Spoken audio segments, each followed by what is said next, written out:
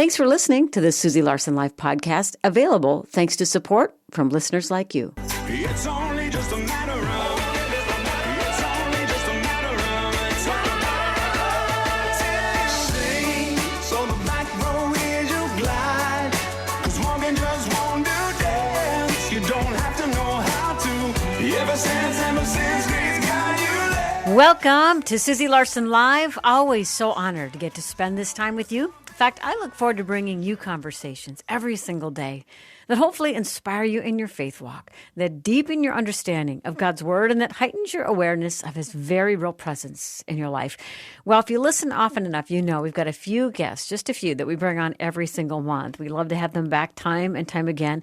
Today's guest is fast becoming one of our favorites. Jamie Winship joins me today, but this time he joins me alongside his beautiful wife, and I had the privilege of meeting her recently, and I would say she's as brilliant as Jamie is. And when I was thinking and prepping for the show today, I was thinking, when I think of Jamie, I think of fire.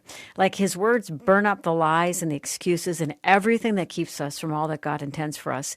When I think of Donna, even in the short time I got to spend with her, I see a flowing river. It's like life just spills out of her and flows through her. So you are in for a treat today.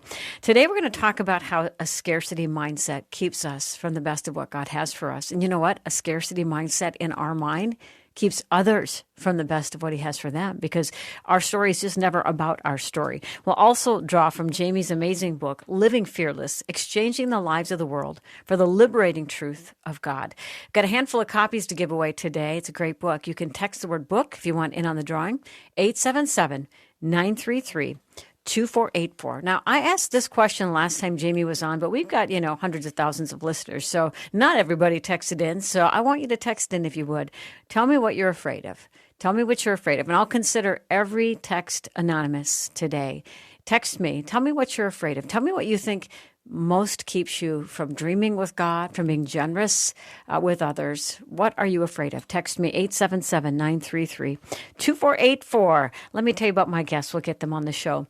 Jamie has decades of experience of bringing peaceful solutions to some of the world's highest conflict areas, starting with a distinguished career in law enforcement. His unconventional efforts to bring about societal and racial reconciliation led him to Indonesia, Jordan, Iraq, Palestine, Israel, back to the U.S.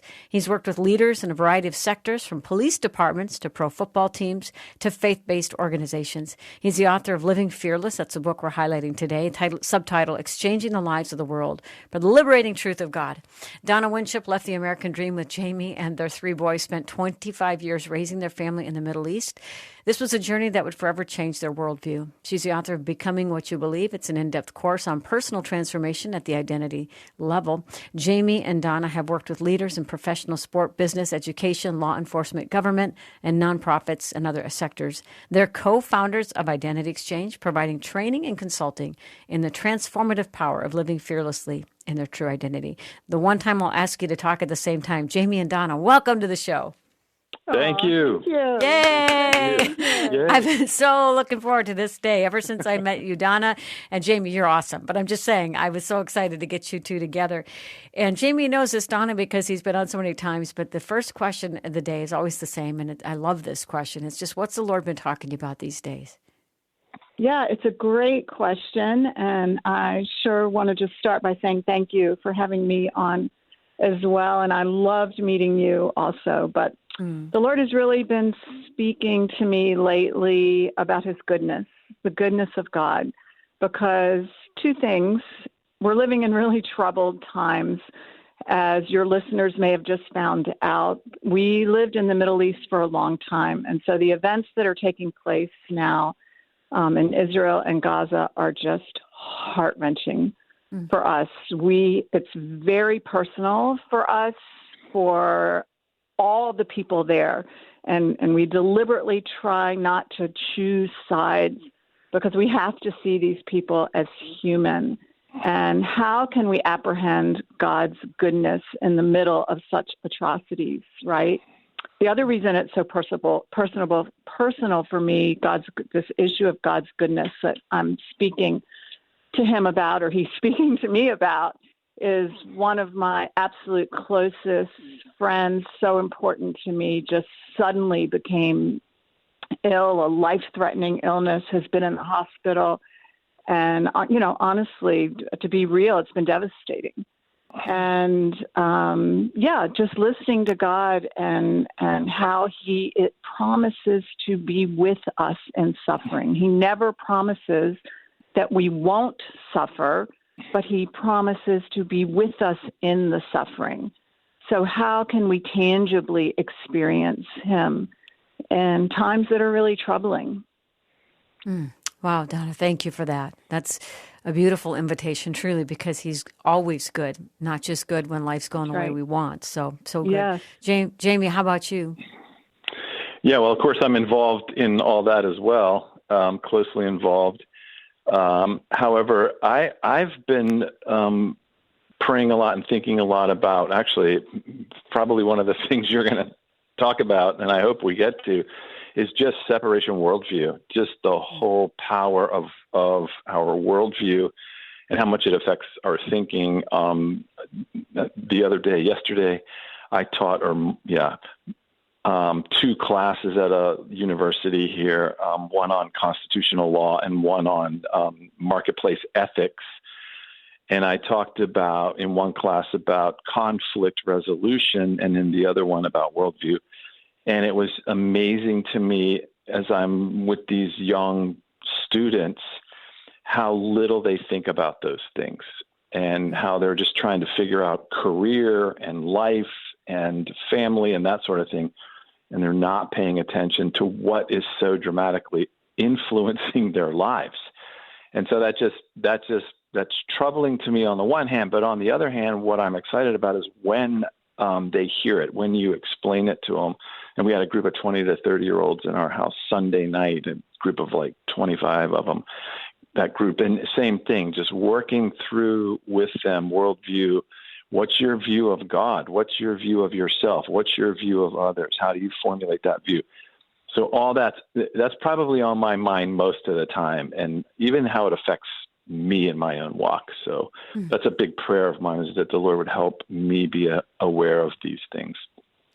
I feel like you both are in so many ways forerunners, that the Lord had you in the Middle East when he did, and then he brings you back, and you had God, transformed your worldview in a way and at a time when, and you have stories to tell that help the rest of us. It really, I feel like, confronts such our small-minded thinking. And you know this because you were at our friend's house, but we have a life group of, a lawyer, and the rest are doctors, and Kevin and I, they're smart people, and we're walking through your identity exchange material.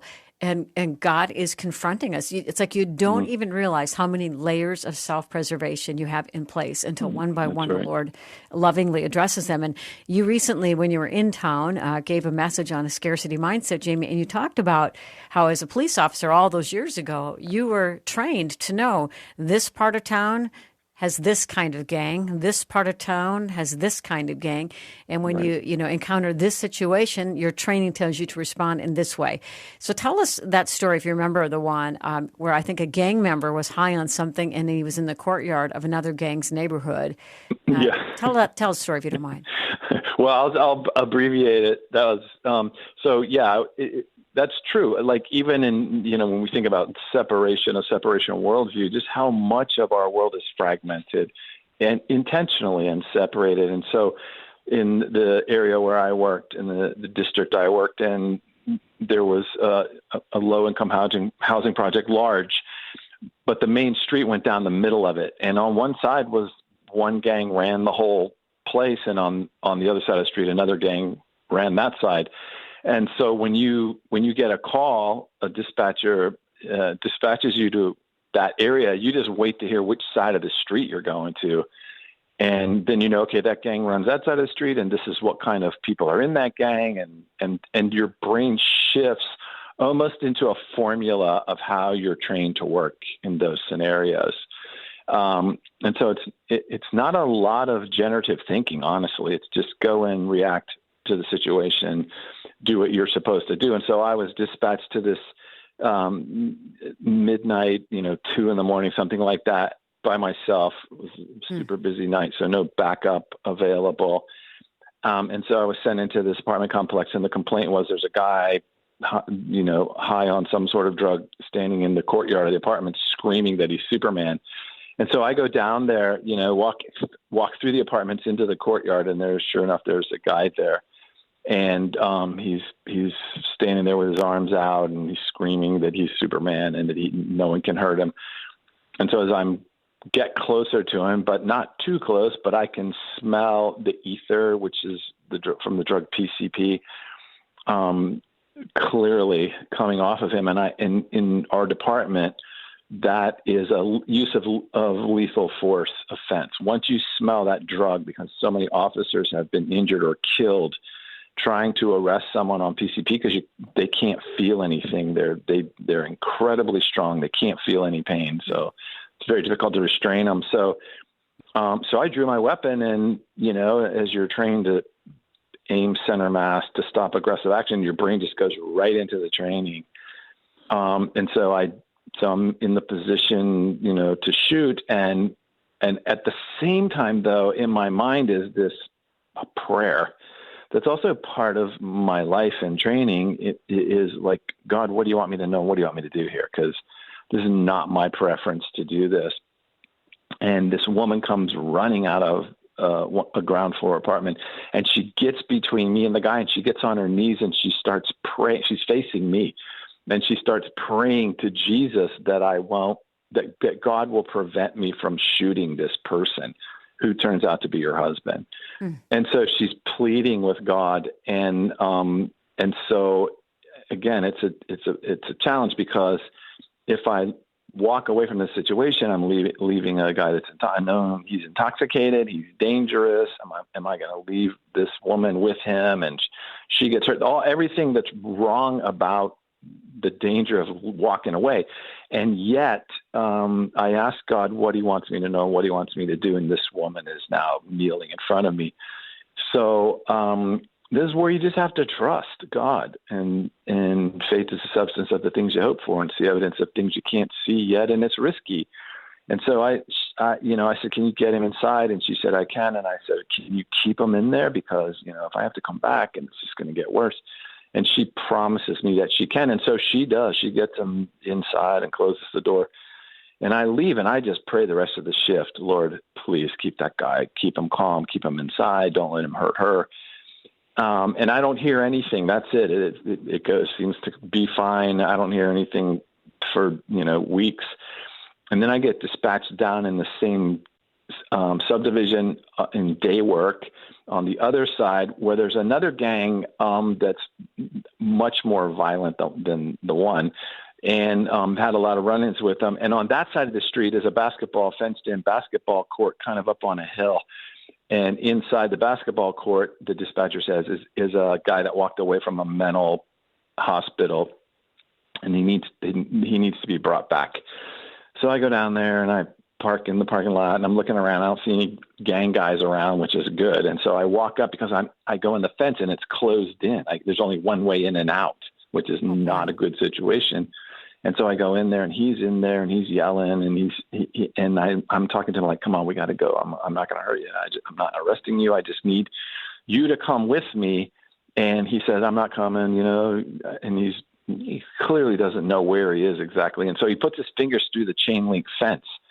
And I'm pulling on him to try and get him loose, and he's really got a good hold on it. And I'm pulling on him, and while I'm pulling on him up onto the basketball court comes the other whole gang.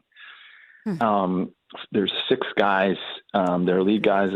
We've had many run-ins with him, and he's quite hostile towards police and all. And so I'm in a difficult situation, and the gang guy knows it.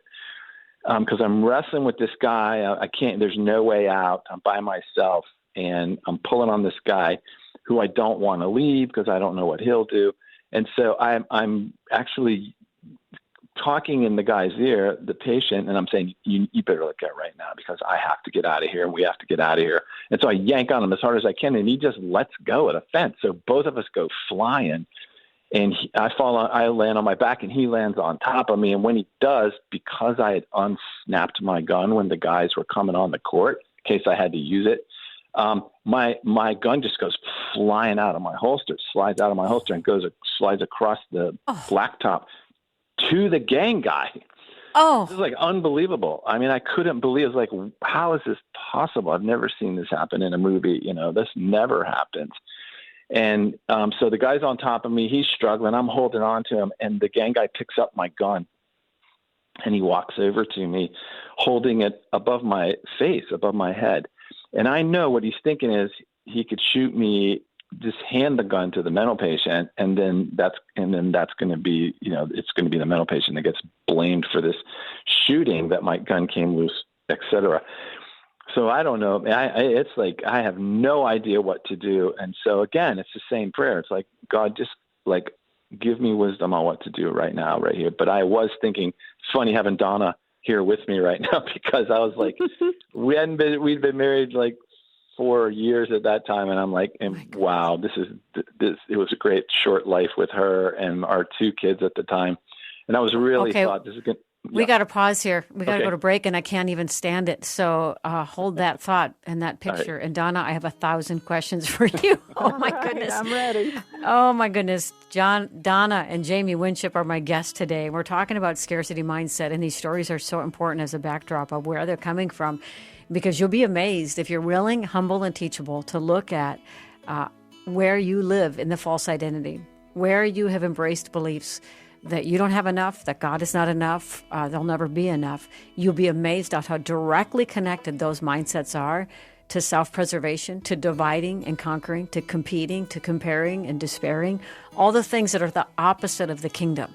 And so there's a way to enter in the fullness of what God has. This is a super important conversation. Don't go away. More with Jamie and Donna Winship in a minute.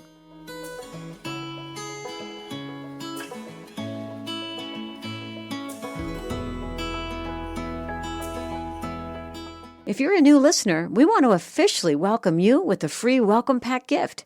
Request yours today at myfaithradio.com.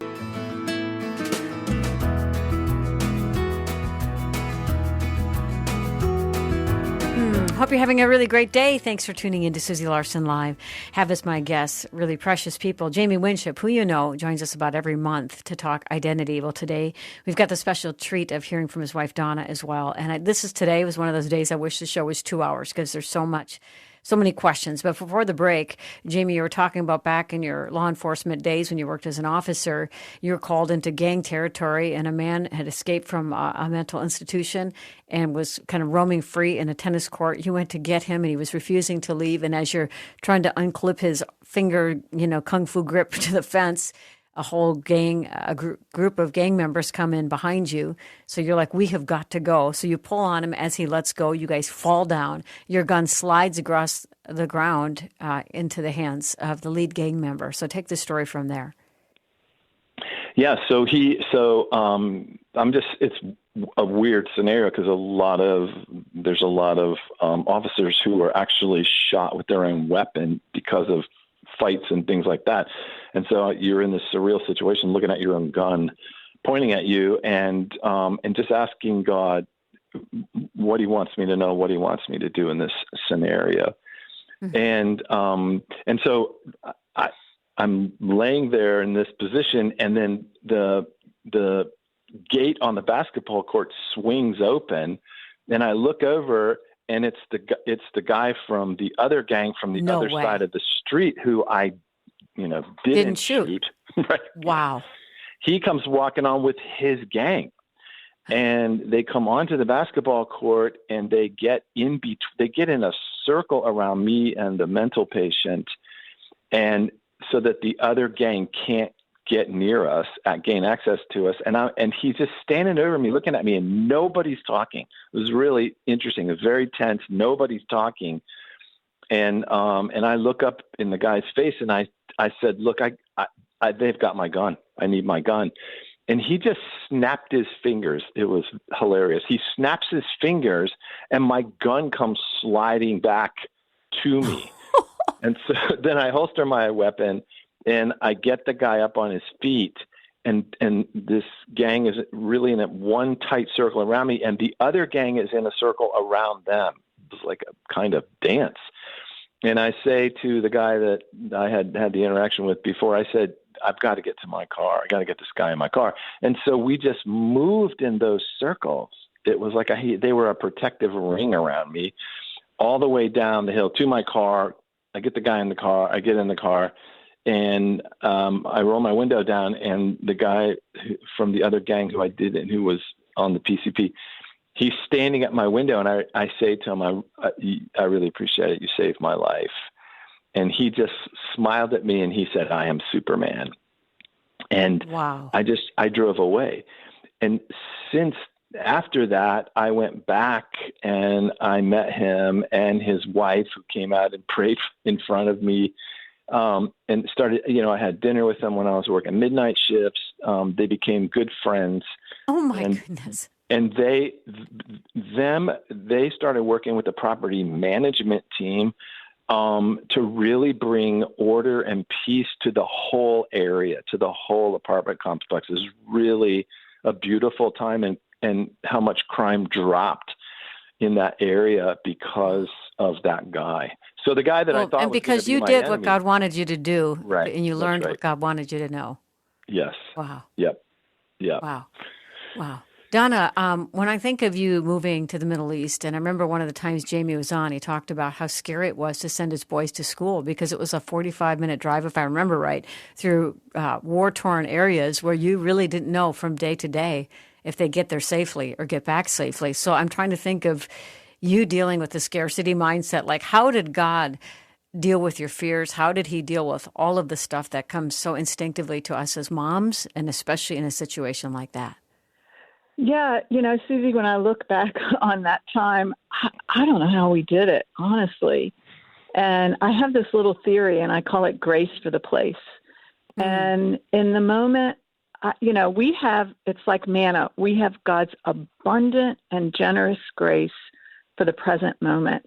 But we don't have it when we think about all the what ifs for the future or regrets from the past. But we do have it in this present moment.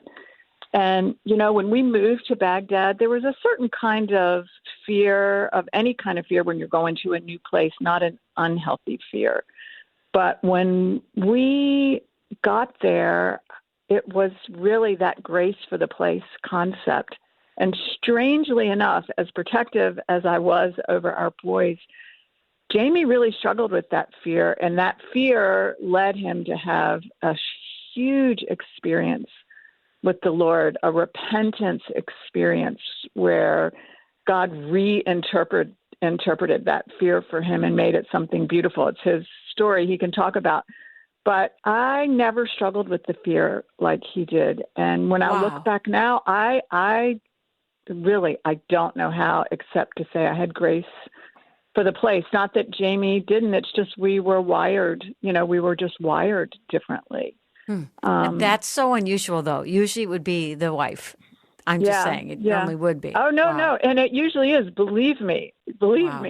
But in that situation, it was just a supernatural, really, I will keep the imperfect peace whose mind is fixed on me because they trust me, Isaiah 26:3. And it was a special grace because otherwise, how could I have lived there? It was one of the greatest. We lived there, that was in Iraq, for about 15 months, and it was some of the greatest. It was some of the greatest 15 months of our whole career. Wow. Jamie, it was several months ago you shared that story, but if you don't mind, we got about 5 minutes to break, 4 minutes to break or so. Would you mind, for those who maybe missed that conversation, because, you're not any kind of scaredy cat. You're constantly in situations where your life was in danger, your family's life might be in danger. So this was something that the enemy was so threatened by your presence there that he was, poking at the most tender part for you with your boys. Talk about how God spoke to you about that fear. Yeah, and another one of my fears is being on a show with my wife, because she tells the truth and tells who was really afraid in a situation. So that's why. And look at all the grace you have. Isn't it amazing? Grace to the place right now. Oh, in this that's funny. moment. Yeah. Thanks for doing that, Donna. I appreciate that. You're keeping me humble. Thank you. Yeah, right. Yeah, we'll talk later. It's my job. Yeah, no, but it is true. It is beautiful when your partner, when the one God's paired you up with for life is in the moments when you're struggling, she's strong. And vice versa. And I really love that. And we talk to couples all the time about that. It's not just this macho guy thing. It requires, there's many great fearless women in Scripture, especially when men won't step up to the plate. So I'm not embarrassed to say that. But in that situation, it was really troubling me, mainly because I was entertaining this fear that if our kids got killed, and this is how preservation works, is how it would make me look to Donna's parents, for one thing, for dragging their only grandkids to a place that her dad was furious that we were going to Iraq. And so it was like I was thinking, oh my gosh, I'm going to have to explain to her father, and he's never going to believe in God because I ruined it, because I took these kids into an unhealthy situation.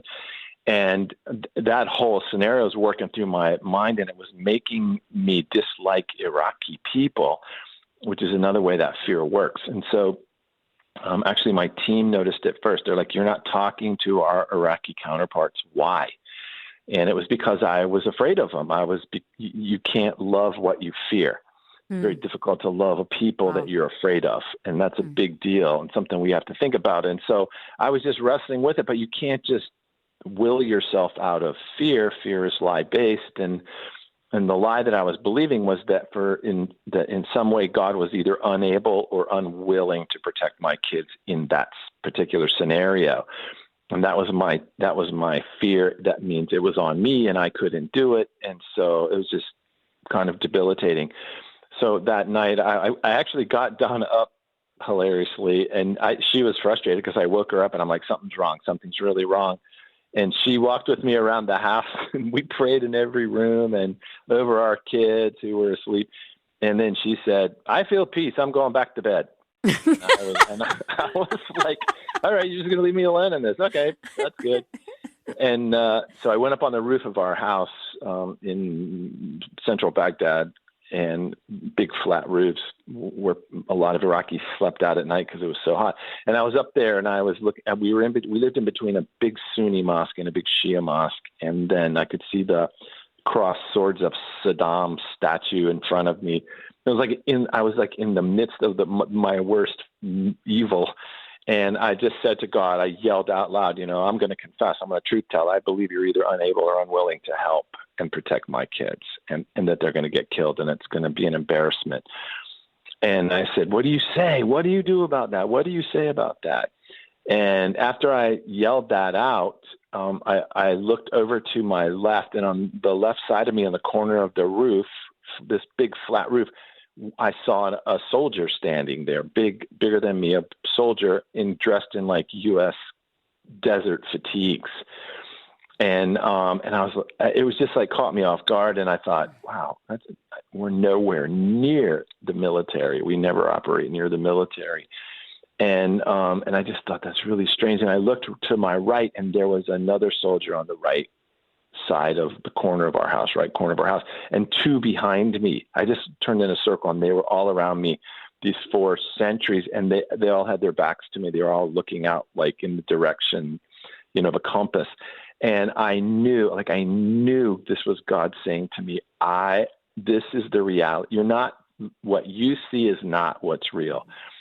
I'm going to give you a glimpse of what is real so that you'll stop being afraid that I'm not with you and I can't protect you because you're in this war zone. And so I knew it was some kind of angelic thing.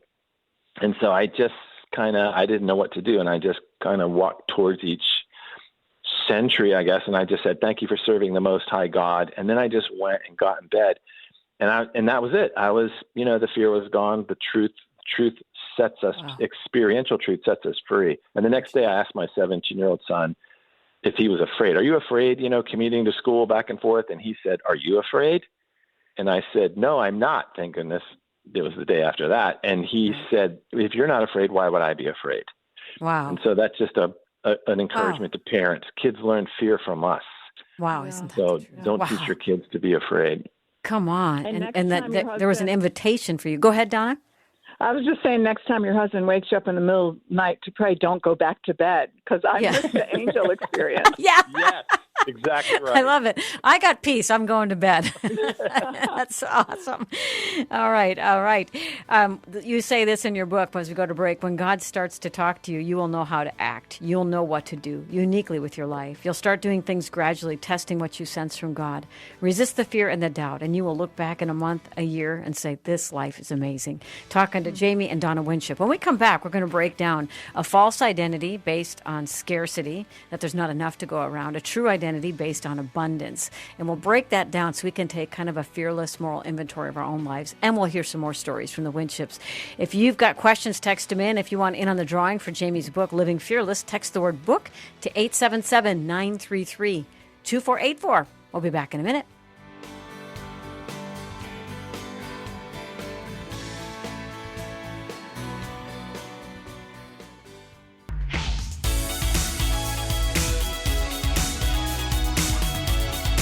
Thanks so much for tuning in to Susie Larson Live, having a really great conversation with our friends Jamie and Donna Winship. Jamie wrote the book Living Fearless, Exchanging the Lies of the World for the Liberating Truth of God. And you guys do this amazing identity exchange. Well, that's the name of your ministry, but there's a curriculum. Our group is going through it, and I highly, highly recommend it. I want to talk, if we can, about false identity and true identity as it relates to these 4 subpoints. So you can do it either way, you guys, if you guys each want to address them or take turns, but you just say, we're on live radio, it all is good. But in false identity, the top indicator is scarcity, that there's not enough to go around. Donna, I'll start with you. What can you tell us about that? Yeah, it's understanding that a false identity comes from beliefs formed in childhood. And you have a negative experience, or, even to the point of a traumatic experience. And you form a belief system around that, and then that becomes the lens through which you see the world, which is what a world view is. And so that separation worldview, the number one indicator is scarcity. And you can think of scarcity as just simply being not enough. And so how many of us, even right now, to all the listeners out there, how many times in a day do you feel like there's not enough? There's not enough time. There's not enough resources. There's not enough depth in your relationships. Is God even enough when we're in difficult circumstances? We hate to admit that, but sometimes we feel that way. And then what it all boils down to is realizing, hey, wait a minute. Am I enough? We feel like, I'm not good enough. I'm not a good enough mom. I'm not a good enough worker. And it boils down to that. That's a scarcity mindset. And that's the formation of the false identity. And a lot of us are just not even aware of it. Once we become aware of it, then we can take action. So that's really one of the first steps. And that's also in Jamie's book, Living Fearless, is awareness. That's one of the very first sections. And so it's becoming aware of just where did we learn to think this way? Because if we learned it at 4 years old, 5 years old, 10 years old, if we learned it, certainly we can unlearn it. And that's Romans chapter 12, verse 2. Stop being conformed to the pattern of your world, not necessarily the big bad world out there, but stop being conformed to the patterns of how you cope with your negative emotions and your feelings of not enoughness, but be transformed by the renewing of your mind. And then you will know what is good and perfect and pleasing. Yeah. And, so when you're not Jamie's transformed, story. Yeah, sorry. I was going to say, when you're not transformed, then you can't discern what's good and pleasing, right? You're seeing the opposite. That's right. And that mind renewal comes through experience. It doesn't come from information. Information just adds knowledge to your brain. What changes us is experience. Jamie just told the story about the encounter with the angels and his struggle to overcome fear. He didn't just read a bunch of Bible verses and his fear went away. Of course, there is a place for that. We need to know the Word of God, absolutely. But there's that component of experiencing Jesus in our fear, letting him transform us. Similar, again, I'll use Jamie's example because he just told it. And that's what gives us the change of thinking. So then we can discern the good, pleasing, perfect will of God. But that's just a little bit. The false identity is totally wrapped up in that not enough concept of a scarcity mindset. Which keeps you constantly self-preserving. And I'm looking at time. I think I'm going to have to go through these. We'll just go back and forth here. So certainty, Jamie, that I actually felt relief when I saw this in your notes, that in the false identity is this need for certainty, that the world must be safe and predictable. Mm-hmm. And how many people, even very wealthy people, are going to great lengths trying to assure and grab a hold of some kind of certainty. So talk about how that literally is linked to the false identity. Right. Well, yeah. So in the false self, as Donna said, so you're not enough. There's not enough resources. There's not enough opportunity. I was asking these college kids yesterday, what's the biggest fear that you deal with? And Susie, I love how you do that with your listeners. That is the question to constantly be asking, because it does lead us into truth telling. But I was asking them, I was going over worldview with these students, and I was saying, what is your biggest fear in your life right now? Where do you feel time is your God? Time is running your life. And they all said, we've got to figure out our future. And so it's interesting. And I said, how much time do you have to figure out your future? And they said, not enough, because we might miss opportunities that come our way because we're not paying attention or we don't know what they are. And so then I said, so you're searching for certainty. That's what you're looking for. You're looking for a career path, a life partner, whatever, and you have to be certain because you only have one opportunity. These are 23-year-olds. You only have one opportunity in life. That's what they already believe, and so they're searching for certainty.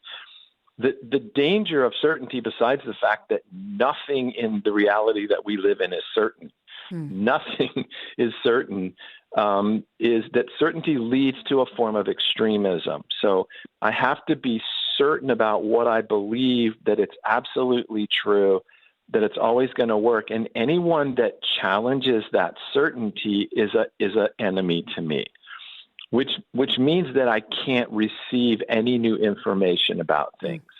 Once I've determined this is the way to protect myself and my future and protect opportunity for me and my family or whatever, anyone that challenges it is an enemy to me. And this is, again, just adds to the separation that happens.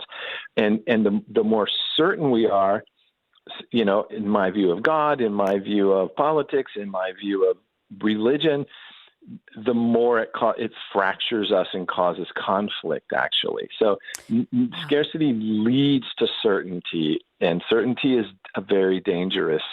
The Pharisees were certain. They were always certain. It's an idol, isn't it? Exactly right. It's absolutely right.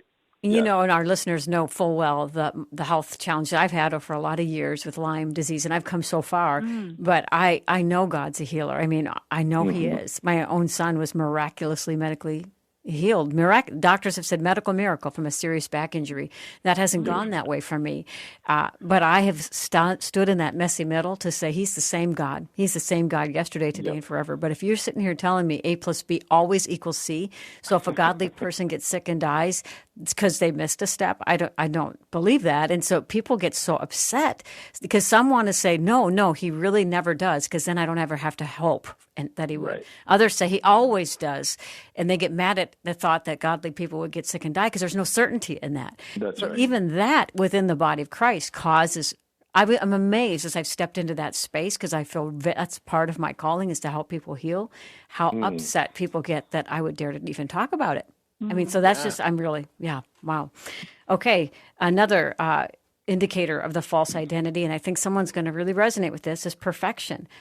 Donna, that failure is not an option. So if you're in this place that if there's fear around if I fail, you are operating in the false identity. So say more about that. Yes.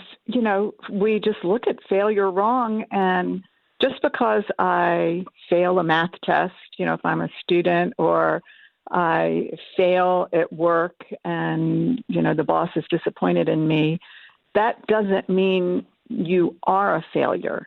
We take an event that happens and we turn it into an identity. And it's just wrong. It's just a lie. All failure is an opportunity for growth and learning.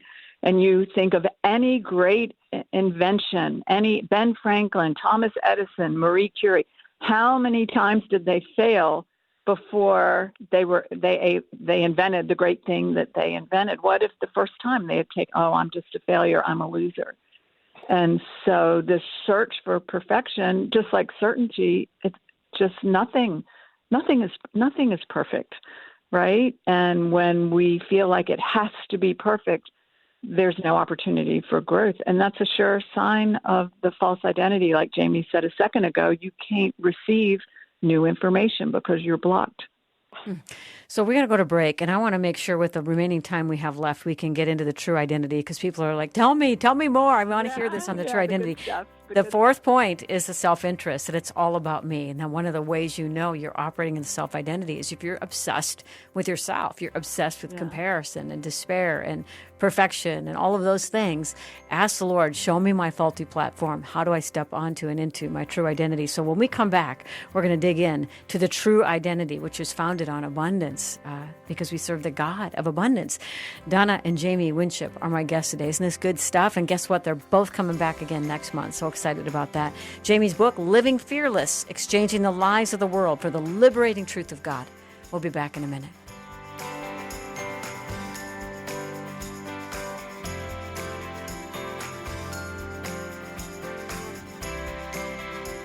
If you listen to me often enough, you know I believe in the power of prayer. The Bible says the prayer of the righteous accomplishes great and powerful things. I am passionate about prayer, and we all need it, and we would love to pray for you. The Faith Radio team, we're serious about prayer, and we pray for specific listener requests every single week. So if you have a request, if you're walking through a difficult time, you can share your prayer request with us anonymously and securely on our website at myfaithradio.com.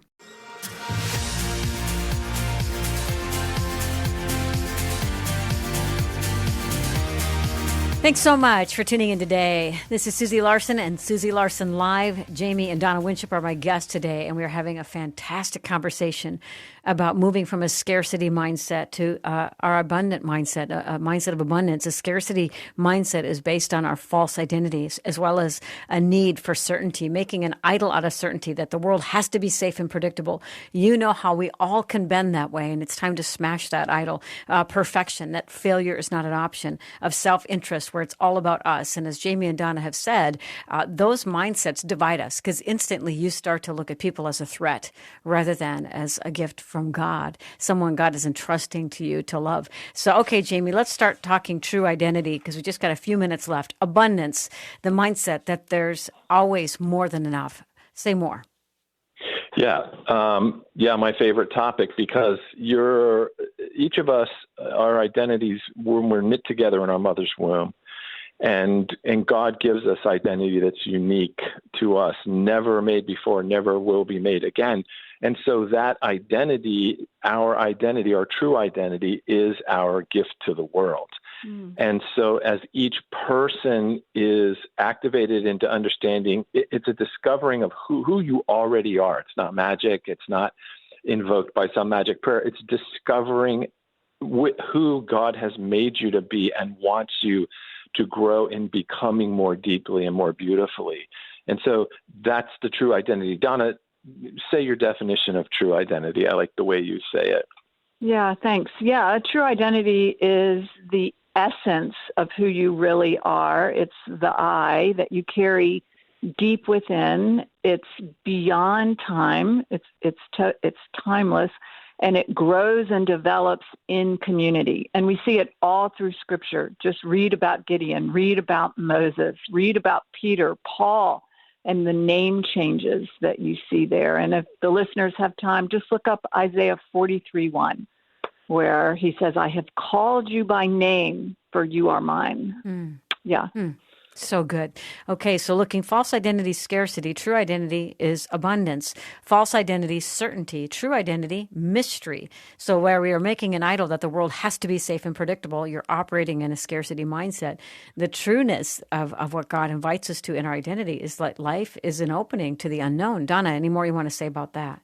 Just briefly, because we've talked about it a little bit, but mystery. We think of mystery as something that you can't know. It's a mystery, but all of us love a mystery. Look how we binge watch, Netflix shows, and we love the cliffhanger and what's going to happen next. Because we really, deep in our spirit and our true identity, we love that mystery. And mystery doesn't mean that you can't know it. It means that there is this endless discoverability. And everything, your true identity is a mystery. It's not a one and done, you sense this identity from God. But then you go on this journey of discovering the depth of it and the deeper meaning of it and the way that it gives you life. I mean, that in itself is a mystery, the joyful attachment that you feel from God. Mystery is really one of my favorite parts of this whole thing. Well, how has God revealed your identity? How would you phrase it, or what words would you give to it? God has called me several different identities through this journey. We got into this in the late 1990s. And if briefly I can say, you have more than one identity, and your identity grows and develops. The first identity I ever heard was beloved and beautiful daughter, and I needed to know that connection. But then that's how I relate to God. That's how I know he relates to me. But then he also calls me timeless life giver, and that's how I relate to other people. Beautiful. So there's like this vertical and horizontal thing going on with the identities. I can so resonate. Okay, so we've got just about 2 minutes left, Jamie. So I'm looking at the false identity's perfection, where failure is not an option, and the true identity, it's fallibility. There's a capacity for error. And then finally, self-interest, it's all about me. And on the true identity, common good, it's about the good of the community. So with just a couple minutes, kind of tie those together about bringing our imperfect selves before the Lord and for the sake of the common good. And that is God's plan. Yeah, well, beautiful. Again, let me just refer to, Don and I were with almost 500 college students a couple of weeks ago, all packed into this place, and we were walking them over a couple of days through exactly what we're talking about here. And in the final session, I said, let's exchange now. So some of these kids were from Christian background, a lot of them weren't. So we were walking through worldview with them, and the crowd grew every session. Mm-hmm. I don't know how it grew. Every time we went back in, more people had come, because this is what people are hungry to know. We really do think the world that we live in is negative and false, and we do have a problem with it. We just don't know that there's good news. There's an alternative. And so the last session, we had explained identity, and I said, let's just all together in this room, hundreds of them in a room, all in silence. Let's invite Jesus into the room. Let's imagine Christ with us, and let's give to Jesus all the identities that the world has given us that are hurting us, and in just silence in the room. Let's give them to Jesus. Watch what Jesus does, how he removes them and takes them away forever from you. And now let's ask him, what do you call me? And you can hear the people start crying because the Spirit moves in the room, and God and the Good Shepherd speaks to his sheep who he knows and loves, who don't know him. And so that, for your listeners, that's the simple process, is like telling the Lord, here's what I believe about myself in the scarcity, not enough world. I'm not a good dad. I'm not a good parent, whatever. We give these to the Lord. We give them to Christ. We lay them down. We cast our care on him. And then when we give them away, we ask the Lord, driving in your car, wherever you are, Lord, what do you say about me? Tell me the truth about who I am. And when he speaks that truth into you, it's dramatic how it'll be other focused. It'll show you who you are as a gift to other people. And so it almost organically, you look up to God, you look into yourself, get rid of the false. This is Isaiah chapter 6. And then immediately the next question of the Lord is, okay, who do we send to the others? And we raise our hand in the true identity and say, send me. That's how it works. I can't wait till our conversation next month, but have an amazing time with some of your kids for Thanksgiving, Jamie and Donna. Thank you for the time today. Thank you. It's been a pleasure. You guys are such a treasure. And a special thanks to Jamie from my brother-in-law, Rich, who took extra time with him. It meant the world to him when we were connected very recently. And friends, thank you for tuning in. I pray you found some encouragement here today. Boy, I did. We'll meet you back here next time. Thanks for listening to Susie Larson Live. Podcasts like mine are available because of your support. If it's important to you to hear things that encourage your faith, click the link in the show notes and give now.